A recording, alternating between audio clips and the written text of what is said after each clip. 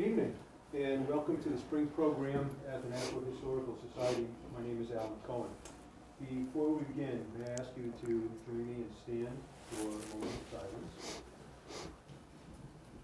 to reflect on the people who were affected by the bombings yesterday, in support of our law enforcement and judiciary, who will no doubt catch and punish who's responsible, and to continue to keep the promise that we make to one another, to support one another, so that we may keep our community and our country strong and safe.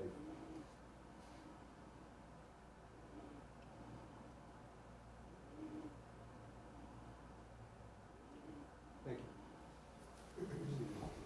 Now we can begin the program. So thank you very much for coming this evening. Our program this evening is on the history of commercial radio in Nashua. I wasn't able to find out the first commercial radio station licensed here. I think Ed probably knows. But I was able to find out the first commercial radio station licensed in the United States. So this is the interactive part of our program. Anyone take a guess when it was, where it was? KDKA. All right. Yeah, the shill in the front row. It was KDKA, Pittsburgh, Pennsylvania. What year? 21 or 2. It was licensed October the 23rd, 1920, and first began broadcasting November the 2nd, 1920, to tell the world that Warren G. Harding was elected president. So part two of the trivia part of the program. Anyone have an idea how many licensed radio stations there are in the state of New Hampshire today? Take a guess. Little New Hampshire, 1.3 million people. A dozen? How many? 12. 12's a little low. 27's actually a little low as well. There are 108 radio stations licensed in the state of New Hampshire, which kind of implies that New Hampshire, that radio is still very important to all of us as a way to get information and entertainment. So we were supposed to have two guests tonight, Matt Peralt, who is the general manager of WGAM and WSMN, and is an on-air personality from 3 to 6 every day. Went down to Boston today for one of the candlelight vigils, so he was not able to be here. But we are very pleased to have Ed Lecius with us. Ed is continuing in the legendary career of his late father, also named Ed Lecius, who worked at WSMN until 1976, until his untimely death. Ed, the younger, has been involved in local radio for 5 decades and has broadcast well over 500 high school sporting events as well as minor league baseball. He also is the community policing coordinator for the Nashua Police Department. So please join me in welcoming Ed Lecius. Thank you, Alan. Good evening, everybody. Thank you for coming out tonight, and it's an honor for me to be here and talk about radio history here in Nashua. It has changed considerably over the years. In fact, we have 4 radio stations in Nashua now. We used to only have 3 licensed stations. The 4th one is New Hampshire Public Radio. They have a transmitter and tower on top of St. Joseph's Hospital. And even though their broadcasts emanate out of Concord, the transmitter's here, so the license is here. And then WSMN continues to broadcast at 1590. And then you have the old WOTW, which is WMVU, and is now WGHM, or ESPN New Hampshire, as they just became known as. And actually we have 5 stations, because Frank 106, the old WOTW-FM, which became WHOB, they left and went to Hooksett, and when this latest group bought it, they've moved it back there on Murphy Drive. So there are actually 5 stations, and we actually have more than Manchester finally. Manchester always had 5. Tom Monahan also holds the license for WKBR in Manchester, but the transmitter's up there. Technically it's Nashua's, but it's Manchester's. But actually the first radio broadcast in Nashua took place on July 12th, 1934, on WPHB. Now, WPHB was licensed to the Nashua Police Department, and the broadcast was between the headquarters and the department's 5 cruisers. The communications were one-way, and it was Chief Goodwin at the time who did the broadcast as part of an open house at the police department. It wasn't until 1950 that the police department was able to do two-way radio broadcasts. Now today, the police cruisers in Nashua not only have two-way radios, but they have interoperable radios that allow them to talk anywhere in the state of New Hampshire, and they have laptop computers, which they can write their reports, do a records check or a license check if they stop you. So we've come a long way. The first commercial radio station in Nashua was born on September 13th, 1946 and located on Lund Road, and that was WOTW. 900 on the AM dial. They were a 1,000-watt radio station. The group was comprised of a general manager named Arthur Newcomb, a gentleman by the name of Homer Wingate, Judge Antoine Girton, and Elmer Blakey. And it was billed as the Gate Cities radio station. And WOTW was named for for Wingate's mother, Olena T. Wingate. But it cost the group a little bit of money for that. They had to pay a commercial fishing boat $10,000 for the rights to the call letters, and that represented the cost of painting a new sign on the boat. As I say, the station was located on Lund Road. They were licensed to operate at 1,000 watts of power, and back then they were allowed to operate from sunrise to sunset. So times changed as daylight savings came and went. Their time on the air came and went. Now, some of that early staff included Jim Rohde, Joe Ross, Robert Hughes, Dave Felder. The program director was Jay Sherwin, and the news and sports director is my dad. One of the new programs he brought to the airwaves was a new show, a daily talk show called Express Your Opinion. Over time, others like Carter Knight and Merrill Smith joined the staff. On March 28th, 1948, WOTW had a baby. WOTW-FM, licensed to operate at 106.3. Now, this gave the station the advantage of being on the air after sunset and allowed them to broadcast Nashua High School football and basketball games. A little side note, in 1947, Blakey, Wingate, and Judge Girton purchased WLNH in Laconia, and in 1958, Nashua's third radio station was born, WSMN 1590, 5,000 watts, and it was launched by Mayor Claude Nichols in his home at 502 West Hollis Street. After a brief stint, Nichols sold the station to a group headed by a gentleman called by the name of Roland Genest. In 1959, the 1590 Broadcasting Corporation bought WSMN. Some notables in the community: Sam Tamposi, Jerry Nash, Dearborn Wingate, Evelyn Early, Sam Bellavance, Roland Lecius were among the principals that started. And they brought in a gentleman by the name of Al Rock and my father to lead the new group. Someone that was there from day one was a gentleman by the name of Frank Tees. Frank would open the station each morning with the very popular Wake Up show. Now, Frank was a bachelor back then, and he lived in Manchester. And he would use 6 alarm clocks to ensure that he got up and got down to Nashua on time. And that was good during the fall and the winter season. But in the back of Mayor Nichols' home, he had an old summer house that was a screened-in building that he used to socialize and relax in, and we kind of used it for storage. But Frank would sleep out there during the late spring and summer and early fall, so he was saving gas and had to use fewer alarm clocks to get to work.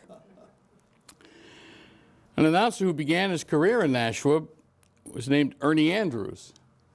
His real name is Ernie Anastas. He left Nashua, went to New York, and he's currently now with Fox TV in New York as their primetime anchorman. Several years ago, he flirted with radio in Nashua. The old WMVU was for sale. He made a brief run with it and purchased it for a little over a year before its current owner, Tom Monahan, took it over. But getting back to WSMN, such popular programs as Bargain Box, where you could buy, sell, trade, or give it away, could be heard twice daily, along with another talk show brought there by my dad, 1590 Open Line. And in my opinion, unlike the overuse of breaking news today by some of the news outlets, WSMN had 5 mobile units that would broadcast live from major incidents in the city and the region.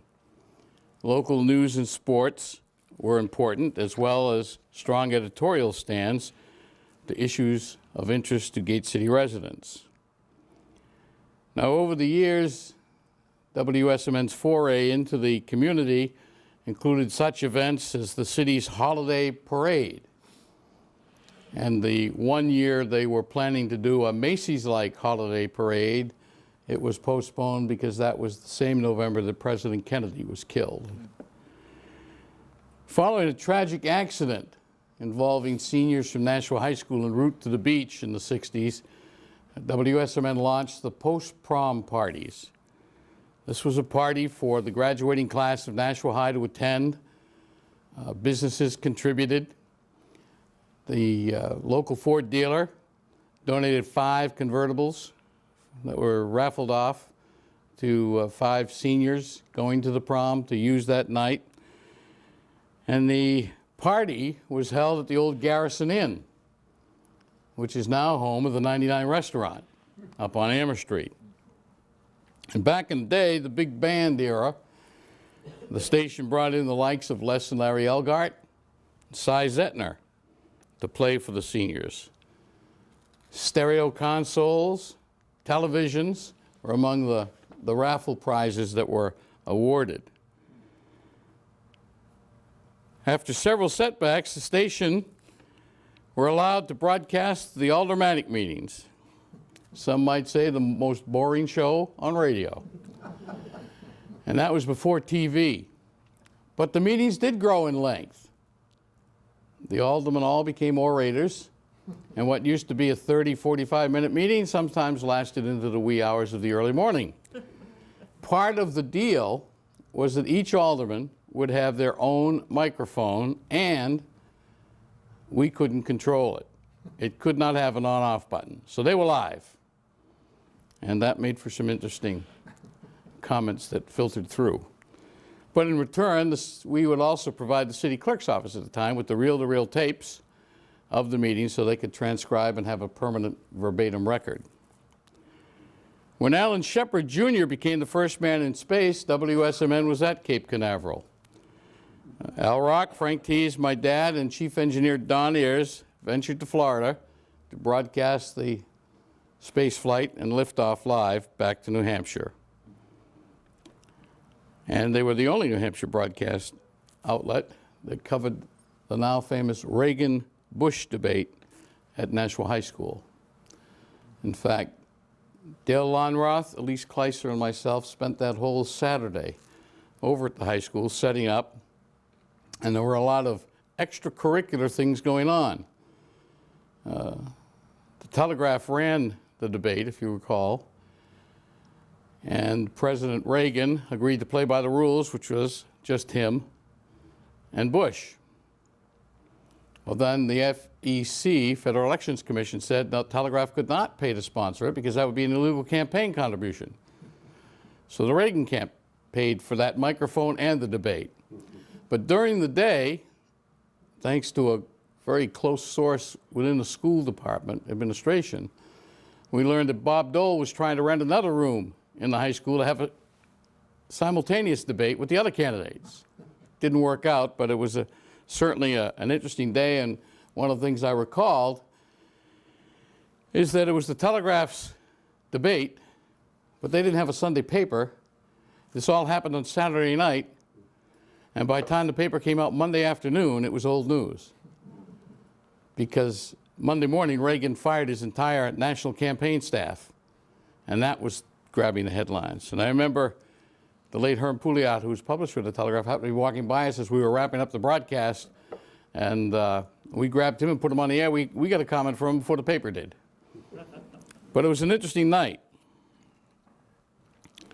And getting back to Frank Tees, you know, it wasn't unusual when he was doing the wake-up show to find him sleeping in a window of a downtown Nashua business. He had a penchant for sleeping in the window of Eddie's Bedding and Furniture on Factory Street, so that the next morning he would be there in his pajamas doing the wake-up show. And he was also known on occasion to sleep in the window of Nashua Supply, which is now the parking lot near Saffron's Bistro on Main Street. For many years, Frank was Santa Claus and did the daily Talking with Santa show live from Osgood's Hardware on East Hollis Street. Many, many other events took place over the years. I can remember as you went in the back door of the old station at 502 West Hollis Street, there was a little alcove off to the right-hand side, and our two-way radio base station was there and the mailboxes for the salesmen. And it was the night of a post-prom party, and Al was sitting there talking to my father, Frank, and a couple of others, and there was a horrendous storm going on outside. Thunder, lightning. And Al had no sooner said, "Don't worry, if it hits anywhere, it's going to strike the towers first," when the building got hit. Smoke came spewing out of the sockets, station went off the air, and he lived to regret those words. But a similar incident happened. You know, we were very fortunate with the First in the Nation primary. We got to see all of the candidates, good, bad, and indifferent. And Senator Kennedy was coming up to be interviewed after he spoke at a chamber breakfast. And the transformer for the power was just outside the front door to the left. And if you recall WSMN's grounds, we had a lot of pine trees. We had a lot of squirrels. And notoriously, from time to time, a squirrel would miss the branch, hit the transformer, and we'd be knocked off the air. Well, the senator had no sooner walked through the back door with the Secret Service when a squirrel hit. There was a bang, and you can just imagine.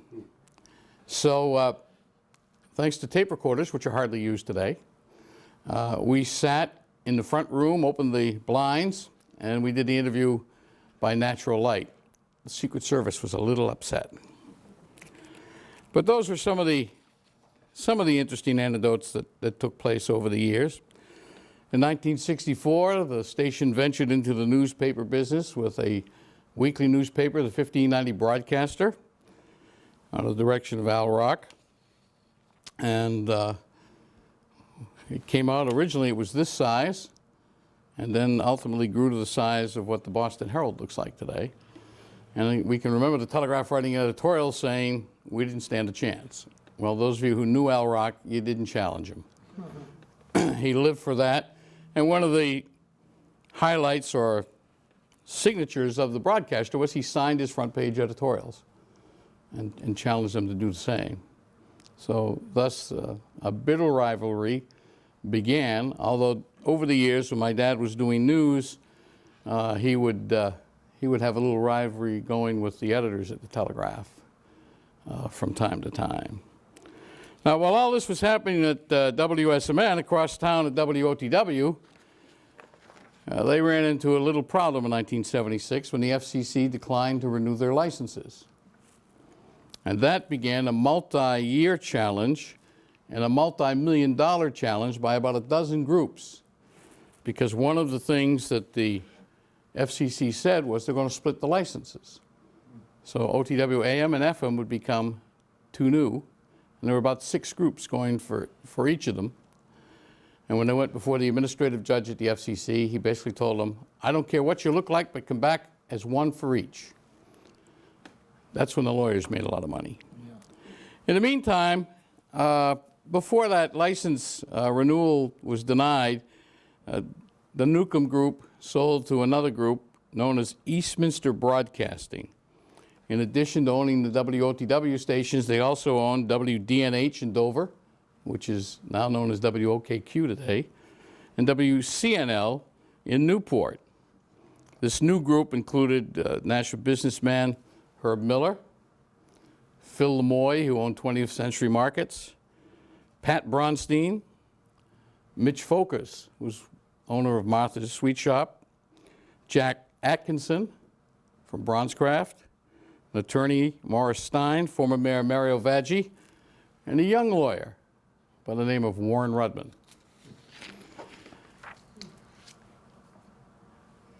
WOTW changed their format to country and western. Mr. Bronstein and his then general manager, Maury Parent, who had started at WSMN on the overnight shift, would do a daily talk show and would try to compete with WSMN. In 1978, the FCC awarded the license to Seco Communications, headed by a gentleman by the name of Mike Siegel, to operate it in the interim. Siegel brought a gentleman by the name of Woody Woodland to Nashua. Woody would later go on to go back to WSMN, over to WMVU, and back to WSMN again when Tom Monahan bought it. Siegel ran it for about a year and a half, and then the FCC decided on the new ownership for WOTW AM and FM. The AM license went to Merrimack Valley Broadcasting. Some of the principals there included Selma Pastor, Paul Shea, Tom Kelly, Pauline Anderson, Joe Sakey, former Nashua librarian, and they went on the air, and they were known as WMVU. The FM license went to another group that included the former Judge Aaron Harkaway, and they were known as WHOB-FM. WMVU concentrated on local coverage. In fact, when they opened up, they had a staff of 50, and they covered anything that moved. That's not the way you start a radio station. You start small and you grow. But they were making a concerted effort to be there and be at everything. Meanwhile, WSMN was doing what they did best, covering local news, but they still had that country western format. Maury Parent had gone back to WSMN, and following the death of Al Rock and an interim person as general manager, Ken Albridge, Maury became the general manager. And that's where he worked until he died. WHOB became an adult contemporary station, and WMVU concentrated, as I said, on local events. MVU was sold in 1993 to a single owner. That gentleman was running it along with several other smaller stations, and again, because of the technology, he was doing it all by computer pretty much, with no local flavor to it, and pretty much all network computer shows that were just being downloaded and broadcast to the stations he owned. He later became ill, and he sold it, and it was picked up by Tom Monahan. WSMN, meanwhile, had an opportunity to sell the property, so they sold the property, and the station wasn't able to be licensed immediately to go back on the air because the individual who bought the property wasn't interested in the radio station. So it went dark for a while until Tom Monahan purchased it several years ago. And now he's moved it into one location where he's running 3 radio stations: WSMN, the old OTW MVU, which is now WGHM, or they just became ESPN New Hampshire. And he bought a 3rd radio station, WKBR in Manchester, which he's also operating as the other half of ESPN New Hampshire. So he's got the southern New Hampshire region pretty well situated and saturated with those 2 stations. Meanwhile, WHOB became Frank FM. They originally moved to Hooksett, and then they were purchased by another group who moved them back to Nashua. MVU, successing station, WGHM, ESPN New Hampshire, WSMN. They're located at 149 Main Street, which is upstairs over at Bank of America. And they do a lot of local programming now on WSMN, starting at 6 in the morning till about 2 o'clock every afternoon. It's all local originated programs, and they're trying to generate some interest by community members. And in AM radio today, that's what you have to do. You have to be a community station. I had the good fortune, after working in the first Bush administration and coming back, I was hired by WMVU to do a talk show with State Senator Mary Nelson, the Mary and Ed Show. And we concentrated on doing local commentary, local talk every afternoon from 3 to 5. And it paid off. And Mary's connection paid off, because when Bill Clinton, President Clinton, came to Nashua, there was only one radio station he came on, and everybody was clamoring for him. He came to us because of Mary Nelson, because when he was first running for president, Mary was supporting him, and she went bowling with him one time, and he remembered that. So it's connections. So he came on with us, much to the chagrin of everybody. Channel 9, who he wouldn't give an interview to, came into the studio. They had a camera. He was on the phone. They had a camera and a microphone so they could pick up something. And the Channel 9 reporter kept trying to edge in to ask a question. It was Nanette Hansen. I said, no, Nanette, you can't. In fact, the White House didn't want me asking questions because I was a Republican. So I got to say, but I'm also the general manager and president, so I will say hello to the president, welcome him, and I'll let Mary do most of it. And I did get to ask him one question. I asked him about the bowling excursion with Mary, and he just laughed. But those are the kind of things that make New Hampshire special, and because of the primary, we get the attention. You know, going back to the days at SMN, I remember one Saturday. Now, Saturday was pretty quiet at the station. The paper downstairs, the broadcaster, they were busy because that was the day they put the paper to bed. This particular Saturday, there was a lot of people at the station. I couldn't understand why. Then I figured it out. Former Governor Jerry Brown was coming in, and everybody thought he was going to be bringing his girlfriend with him, and they wanted to see her. Well, she stayed at the hotel. People were disappointed. They left and went off. Then the girls were all excited one day because Dennis Weaver came in to campaign, and they couldn't all wait to see him. Shirley MacLaine came in. She never signs autographs, but Frank Tees got her to sign a record album. And it's probably somewhere in Frank's collection. That's now the responsibility of young Frank Jr., somewhere in his house. But New Hampshire gives a great opportunity for aspiring young broadcasters who choose to move on. We've had several New Hampshire broadcasters, most notably Bob Lobel, who moved from WGIR in Manchester to Channel 4 and WBZ Radio in Boston. Susan Warnick, who moved from WGIR to Channel 5 in Boston. And along the way, she and Bob were married for a little while. Jackie Judd from Concord went on to be a reporter anchor for ABC News in New York. If you happen to hear CBS radio at all, you may hear the name Barry Bagnetto. Barry started at WKXL in Concord. That seemed to be the real breeding ground for those who cut their teeth in New Hampshire and then move on. There was another woman by the name of Judy Fertig who went on to KDKA in Pittsburgh. So it's a great training ground.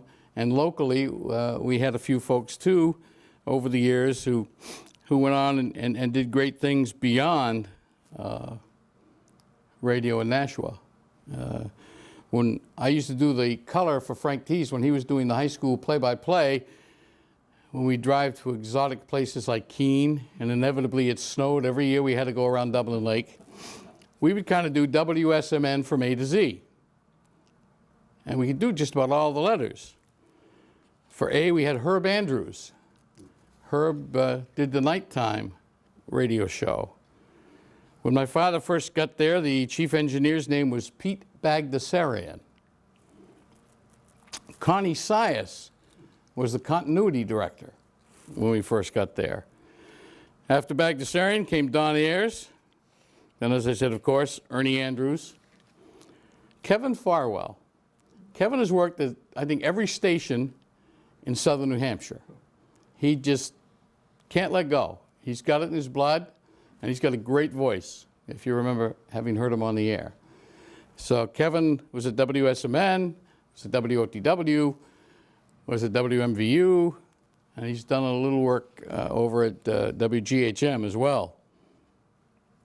Gene Gerard, Adrian Gene Gerard, he did the Franco-American show on Sundays from 9 till noon. He was from Manchester, and he was also a salesman. The receptionist when my dad moved over to SMN was named Hazel Painter. Then we had an announcer by the name of John Campbell. And there was a guy by the name of Kim Johnson. He went by the nickname Big Daddy. Big burly guy with a white beard. Then there was some guy named Lee Edwards. And that was me. See, when I started working with my dad, it was kind of hard to be Ed and Ed, and so I just took and flipped everything, and I became Lee Edwards, but I found out afterwards there was a Lee Edwards in Washington who was a nationally known syndicated columnist that worked in D.C. A gentleman who's very successful today in his own right, Bob Malloy, Malloy Sound and Video, was an announcer engineer that worked with us. Norbert Silver was the chief financial officer for the corporation. And even though the family was in the hardware business, Tom Osgood dabbled a little bit in college, working in radio on the weekends. And of course we had Maury Parent. He was there as an announcer. He came back to do his French show after Gene Gerard passed away every Sunday, and then later went on to become the president and general manager. Al Rock, Uncle Al as he liked to be called, who certainly